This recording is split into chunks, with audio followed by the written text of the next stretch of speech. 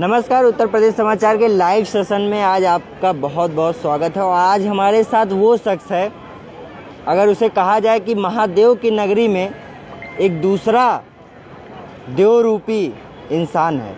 जी हाँ, आज हम बात करेंगे काशी के उस युवा शख्स की जो सबसे बड़े महामारी में बिना किसी डर के लोगों के निस्वार्थ भाव से सेवा किया। और सिर्फ महामारी में ही नहीं, विगत कई वर्षों से निस्वार्थ भाव से सेवा में लगे हुए आज हमारे साथ काशी के अमन हैं। जी हाँ, आइए पहले अमन से रूबरू होते हैं और जानते हैं कि किस तरह से उनके मन में ये विचार आया कि इस सेवा को निरंतर जारी रखना है। जी अमन जी, सबसे पहले स्वागत है उत्तर प्रदेश समाचार में आप सभी आपका। जी, तो सबसे पहले एक अपना संक्षिप्त परिचय हमारे। मेरा नाम अमन कबीर है और शहर में असहाय और बेघर और कोरोना काल में जिनके परिवार के लोग नहीं छूते थे, उनकी सेवा छोटा से हमने किया था। अमन, कब से इस पूरे जो एक कार्य है, पुनीत कार्य है, ये इसको कब से आपने शुरू किया? यह पुनीत कार्य देखिए, कोई भी कार्य कोई शुरू नहीं करता, कोई ना कोई घटनाएं होती है, आदमी उस घटना को देख करके शुरू कर देता है, शुरू हो जाता है, करता नहीं। तो इसी तरह जब मंडली हॉस्पिटल में मैं देखा कि जहाँ पे असहाय, जहाँ पे एक इंसान जानवरों की तरह रहता था बीमारी हालत में, और बेजुबान जानवर उनके ऊपर आक्रमण करते थे, और जीवित था कि वो इतना सामर्थ्य नहीं था कि वो अपने आप को हटा पाए, लेकिन वो बीमार था, वो घायल था, वो चोटिल था।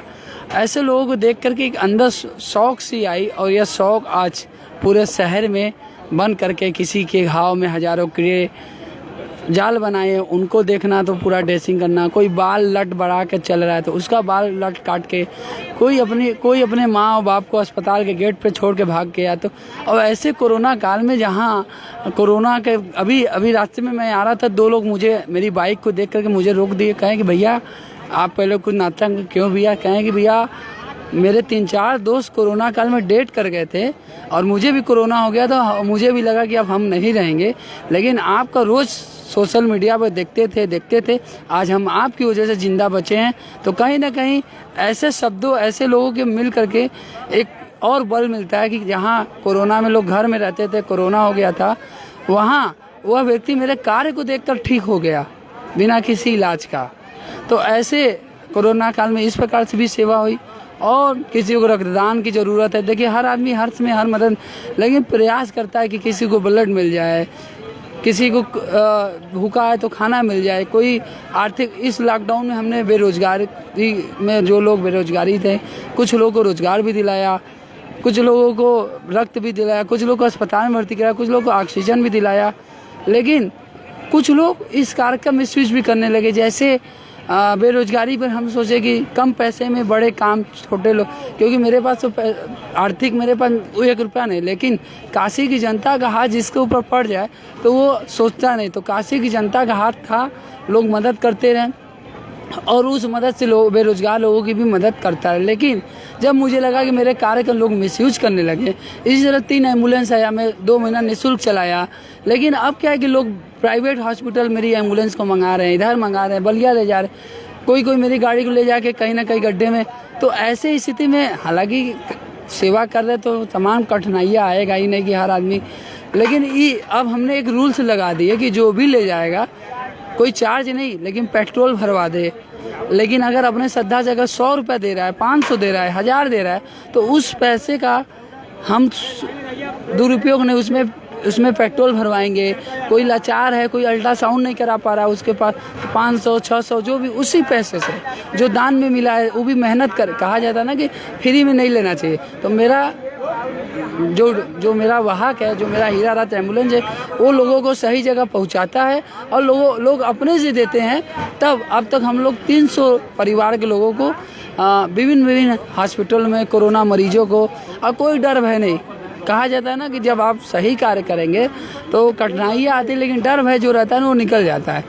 अमन, एक चीज़ है, जब आपने इस मुहिम को शुरू किया तो सभी लोग आपको जानते थे कि 1 रुपया इनके अकाउंट में देना है, 1 रुपया देना है, और बड़ी तेजी से इसकी लहर उठी थी। जी जी। तो हम ये जानना चाहते हैं कि जब आपके अकाउंट में 1 रुपया आता था तो सिर्फ वही लोग थे कि 1 रुपया ही भेजते थे, कि उसके बाद भी लोग अपने निस्वार्थ भाव से कुछ बताते थे, या फिर आपसे कुछ और सुझाव आपको देते थे इस पे अच्छा करने के लिए? देखिए, वो 1 रुपया मुहिम मैं शुरुआत में बहुत तेज़ी से कर रहा था और मेरे पास लगभग 2.5 लाख रुपए आ गया था।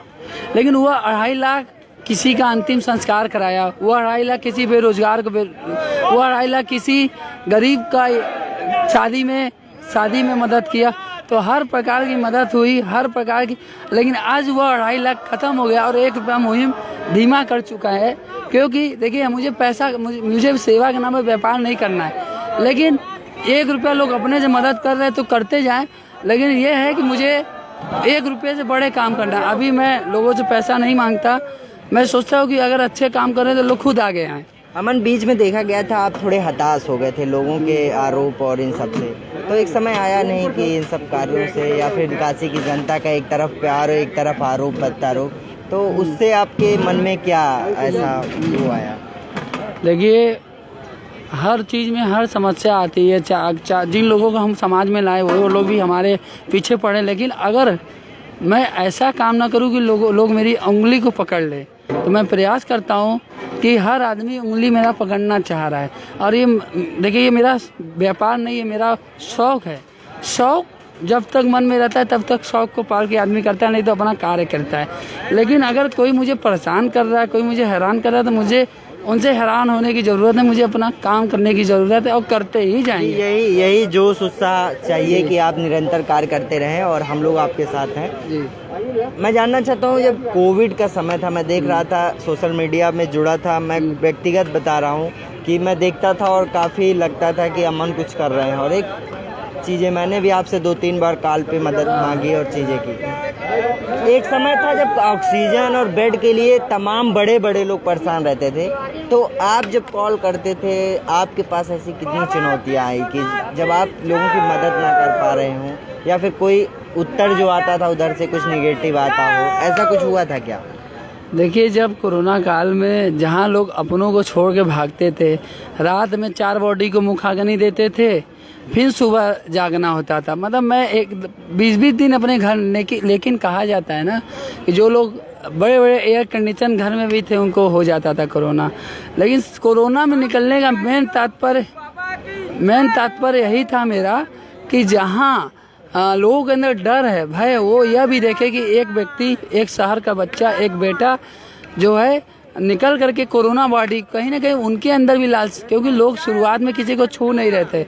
लेकिन कोरोना काल में जब हमने सेवा शुरू किया सोशल मीडिया पर, देखिए सोशल मीडिया के डालने के मतलब मेरा नाम ना हो, मुझे लोग, लेकिन उस कार्य को देख के लोग प्रभावित हो, उससे थोड़ा उनके अंदर एक दया की भावना आए कि अरे भाई, अमन कर रहा है तो हम भी करेंगे। हमारे अमन मेरे दूसरे के पिता को छू रहा है तो हम भी अपने पापा को कोरोना हो गया। कहाँ, जहाँ की वहाँ पर लोग कोरोना काल में अपने पिता की बॉडी को नहीं छू रहे थे, माँ की बॉडी को नहीं, भाई को।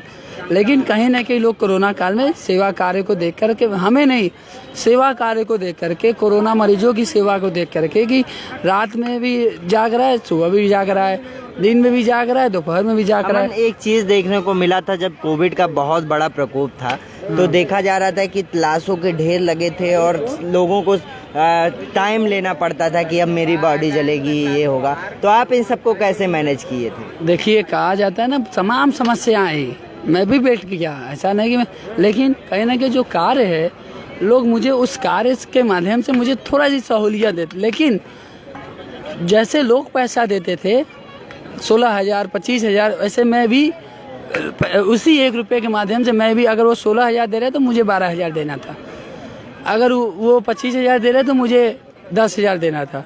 अमन, इतना बड़ा अगर आप कार्य कर रहे हैं, मैंने देखा कि तमाम सज्जन व्यक्तियों द्वारा आपको एम्बुलेंस प्रदान किया गया है कि लोगों की सेवा करें, लेकिन अब आपके पास कैसी क्या चुनौतियां आ गई हैं कि उसको सुचारू रूप से काशी में चलाया जाए?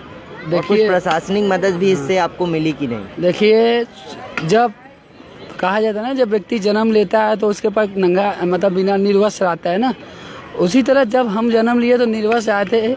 आज मेरे शरीर पर टी-शर्ट है, लोअर है और तमाम।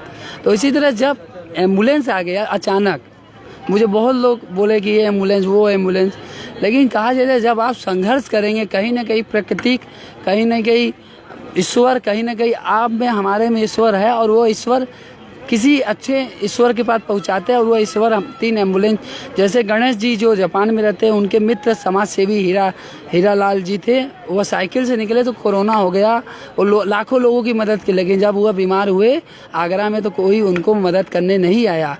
लेकिन वह जाते जाते भी एक ऐसा काम कर गए हैं कि 3 एम्बुलेंस एक ऐसे व्यक्ति को दे दिए जिनको वो जानते नहीं थे अच्छे से, और वो भी अपने मित्र से कह के गए कि उनका मित्र दे दिया।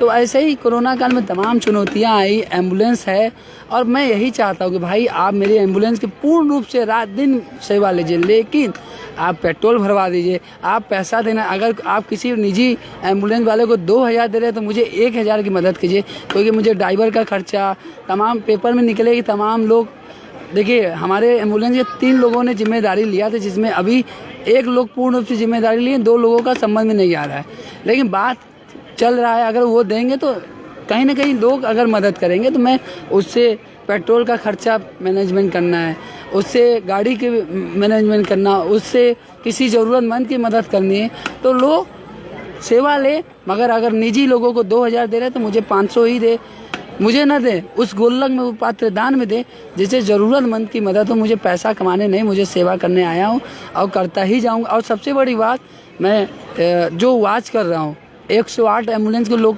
धीरे धीरे वाराणसी में तो भूल रहे हैं, लेकिन अब मेरे एम्बुलेंस को चाहे 100 के लिए चाहे उसके लिए, मैं किसी का आरोप नहीं लगा रहा हूँ कि सरकारी व्यवस्था, लेकिन लोग ज़्यादा से ज़्यादा मुझे कॉल करें, हम लोग के एम्बुलेंस की सेवा ले रहे हैं।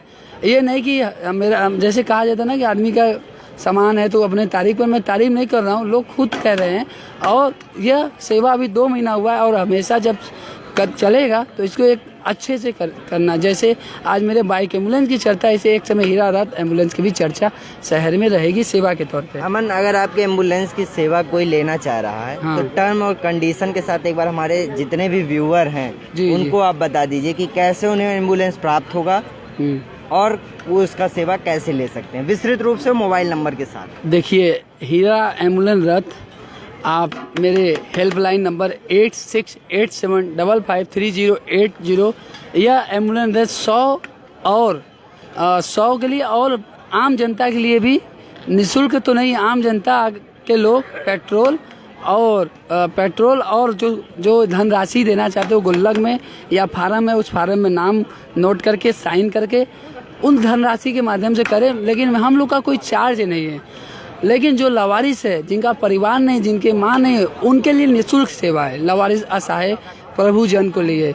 लेकिन जो समाज में जो अच्छे लोग हैं, जो पारिवारिक लोग हैं, जो संपन्न लोग हैं, वो भी चाहते हैं कि न दे पैसा। मैं पैसा के लिए सेवा, आप मुझे पैसा देंगे तो वह पैसा कहीं ना कहीं सामाजिक कार्यों में लगेगा।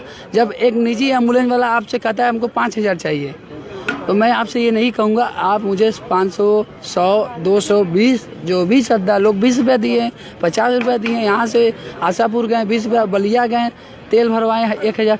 तो बस मुझे एम्बुलेंस सेवा के लिए मुझे धनराशि इतना भी मत दीजिए कि मुझे इतना दीजिए कि मैं अपने पेट्रोल भरवा सकूं, मैं अपने मैनेजमेंट ड्राइवर का देख सकूं, मैं असहाय और लाचार लोगों की सेवा कर सकूं, और मैं जो भी ज़रूरतमंद हो उसकी मदद इन एम्बुलेंस सेवा से ले सकूं। अमन, इतना कुछ आप करते हैं, देखा जाता है कि प्रशासन में भी आपकी चर्चा काफ़ी रहती है, तो प्रशासन के लोगों ने इसमें कुछ आपके लिए कुछ कहा या आपके लिए कुछ मदद के लिए हाथ बढ़ाया? देखिए, मैं प्रशासन से मदद कभी नहीं मांगता है। जो लोग मदद को आगे आते हैं वो अपने से आते हैं, किसी के पास मैं जाता नहीं। प्रशासन नहीं, मैं काशी के हर एक व्यक्ति के पास नहीं जाता। वो लोग, आप कहा जाता है आप इतना मेहनत कर दीजिए कि पसीना जब निकले तो ये लड़का बहुत मेहनत कर रहा है, तो वो मेहनत देख करके वो कहेंगे ये लड़का कुछ करेगा। तो इसी तरह मैं इतना मेहनत कर दूं कि लोग खुद आए, भैया ये 1000 रुपया है पेट्रोल भरा, चाहे वो प्रशासन के लोग हैं। क्या कोई अपने से सम्मान के लिए जाएगा? मुझे सम्मान नहीं चाहिए।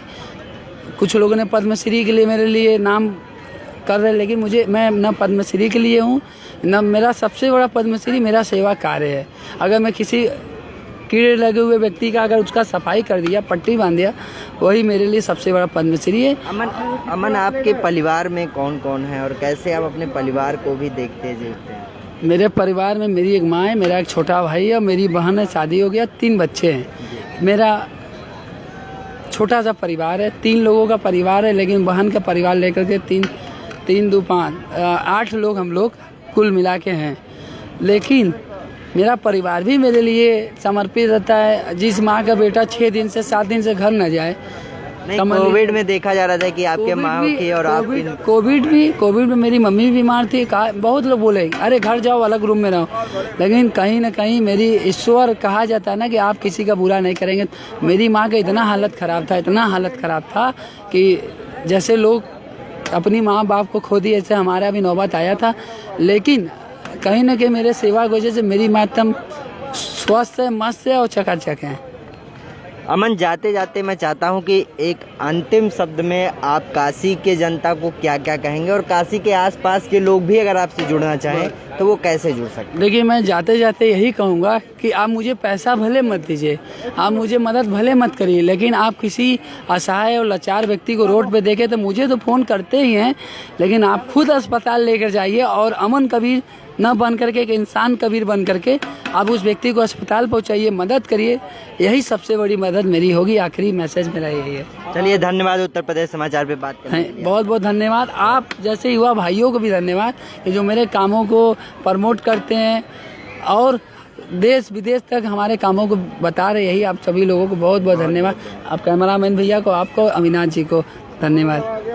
ये अमन कबीर जी थे। काशी में कोई भी इनके नाम को जानने से मोहताज नहीं होगा, सब कोई जानता होगा अमन कबीर को। और अमन कबीर की दर्द मैं समझ सकता हूँ। जब से अमन कबीर को 3 एम्बुलेंस मिले हैं, उसके बाद अमन कबीर अक्सर ये अपनी बात रखते हैं कि उनके उस एम्बुलेंस का दुरुपयोग किया जा रहा है। और अगर ऐसा है तो मैं उन सभी से कहना चाहता हूँ जिनके पास कुछ पैसे हैं, वह तेल और मैनेजमेंट का पैसा ज़रूर दें अमन को। और जो लावारिस और लाचार हैं, उसके लिए अमन निस्वार्थ भाव से किस तरह से काशी में काम कर रहे हैं, ये किसी को बताने की ज़रूरत नहीं है। आप डेली देखे होंगे, चाहे वो कोविड का वो भयावह रूप रहा हो और चाहे सामान्य जिंदगी रही हो, अमन निस्वार्थ भाव से बनारस की सड़कों पे अपनी सेवा दे रहे हैं। और सिर्फ बनारस की सड़कों पे नहीं, ये आसपास के भी ज़िलों में बिना सोचे समझे आधी रात को पहुंच जाते हैं। ऐसे युवा को हमारे चैनल की तरफ से सलाम है। आज के लिए इतना ही, मिलेंगे किसी नए मुद्दे के साथ।